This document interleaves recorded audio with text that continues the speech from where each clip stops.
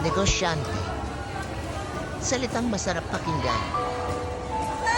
Pero sa likod nito ay mga hirap na pinagdaanan. Salitang akala ng lahat ay parati kang may pera. Salitang mensahe gusto mo nang tumambo. Pero dahil sa salitang ito, ay patuloy kang lumalaban kahit gaano man kahirap.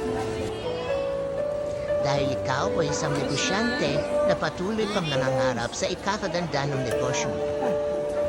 Hindi po ibig sabihin na may negosyo ka o na may negosyo ka mayaman ka na. Mayaman lang po kami sa pangarap at pananalig na mabagong buhay namin. Kaya bago mo isipin na mayaman na ang isang negosyante, malamang hindi mo alam ang hirap at pagod na pinagdaanan niya.